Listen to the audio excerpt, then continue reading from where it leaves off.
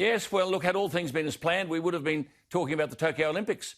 They would be on right now, but that is not to be. It does appear, though, that the US Open Tennis Championships will go ahead with COVID-19 guidelines starting on the last Monday of August. Now, Ash Barty, the number one player in the world, says she won't be going for COVID-19 reasons. She'll be the first number one player in the world to miss the tournament since an injured Serena Williams in 2010. Serena will play.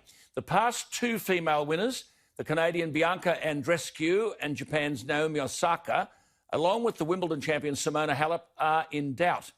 Interestingly, in the world rankings, Ash Barty is 2,641 points ahead of the world number two, Simona Halep. But Serena will be there. Just a word on rugby, by the way, because the great Sonny Bill Williams is coming up. In the Sydney District Shoot Shield competition, North Sydney are on top of the table. Their coach, Earl Varr, is on the other side of the Tasman, in lockdown. He's a former Samoan dual international. He's been calling the shots by remote control. His assistants here have done a good job, but modern technology has helped him bridge the gap. Training sessions, I understand, are recorded and sent to the coach in New Zealand, who analyses them, and the weekly team meetings are on Zoom. The coach, I might add, was one of the stars of the 2003 Rugby World Cup played in Australia. He was nearly responsible for one of the tournament's greatest upsets. Going head-to-head against England's Johnny Wilkinson, Earl Varr kicked Samoa to the lead midway through the second half before the eventual champions came home winners. I always found Samoa, by the way, a very, very formidable outfit. Well, before we go to Sonny Bill, I want you to have a look at something. Katie Ledecky, the American, is undeniably, at least on times, the greatest female middle-distance swimmer ever. But at last year's World Championships in South Korea, the brilliant young former Tasmanian, now Queenslander, 18-year-old, then 17, Ariana Titmus, beat Ledecky in a titanic 400-metre freestyle final. But typical of the modesty of young Titmus, she has said she's not getting carried away by the victory. The five-time Olympic gold medalist was sick. Next year, of course, we'll answer all the questions. I'd be having my money on the young Australian. But have a look at this. This is extraordinary. For the energy-saving movement of Ledecky through the pool. And to prove that she wastes no energy rolling from side to side, even in the water, the body's perfectly balanced. She's put a cup of milk on her swimming cap and swims 50 freestyle. Not slowly. And we just missed a bit of it there. There she is. Not slowly. And then, boom, gets to the end. It's amazing, isn't it? And the milk stays there. How's that, Katie Ledecky? Well, now to sporting royalty. I have said many times, Sonny Bill Williams is one of the most gifted athletes I've ever seen. He has had a birthday yesterday, by the way. Happy birthday, he's 35. He has done everything. He's only the second person to represent New Zealand in rugby after first playing for his country in Rugby League. He's one of only 21 players to have won multiple Rugby World Cups. He's played 12 internationals for New Zealand in Rugby League. He won Rugby League premierships here with Canterbury and the Sydney Roosters.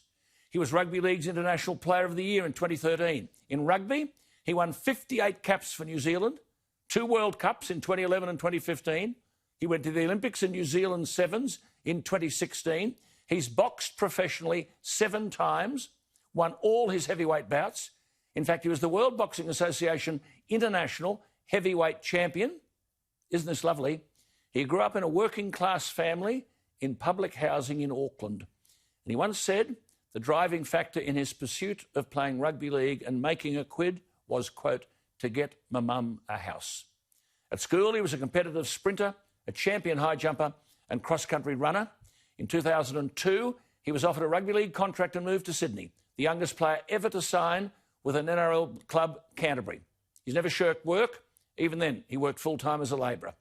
He made his debut for New Zealand when he was 18. He was the youngest player to play for Canterbury in a grand final when Canterbury beat the Roosters 16-13 in 2004. He was 19. In the 2013 Rugby League season, he was virtually a try-scoring machine.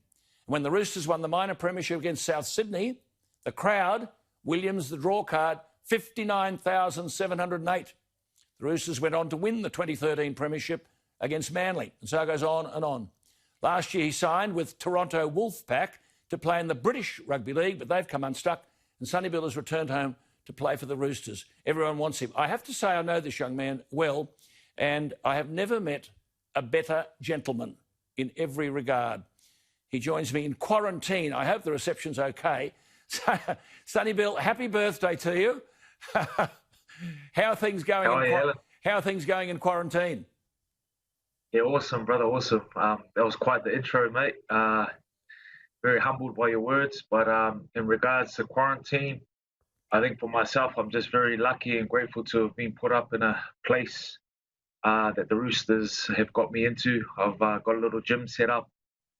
Yes, I do have 4 young kids, but Good on you. I've got a beautiful wife too, so we're handling it pretty well. Wonderful. How's the body? Yeah, alhamdulillah, it's good. It's getting there. Obviously, I didn't think uh, or imagine that I'd be where I am right now. On the verge of hopefully playing for the two-time premiers in the last 2 years with the Sydney Roosters. So, what an amazing opportunity! But I was in holiday mode, to tell you the truth. I booked a couple of flights to go away, so I hadn't trained at all. So these next few weeks will be vital in my preparation to get back out there. Sonny Bill, when you look back and you hear me talking about Rugby World Cups and Rugby League premierships and International Player of the Year and so on, what's the most memorable to you out of all that?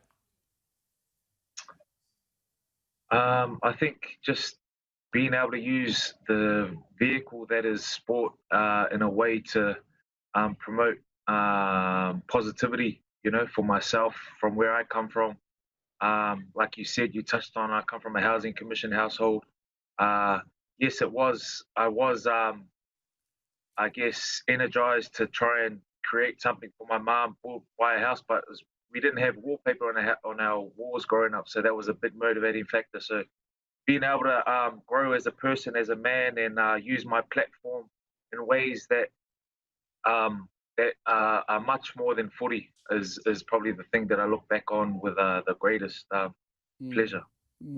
Sonny Bill, I love the fact you wanted to build the thing for your house and your family. You're very wonderful to your family.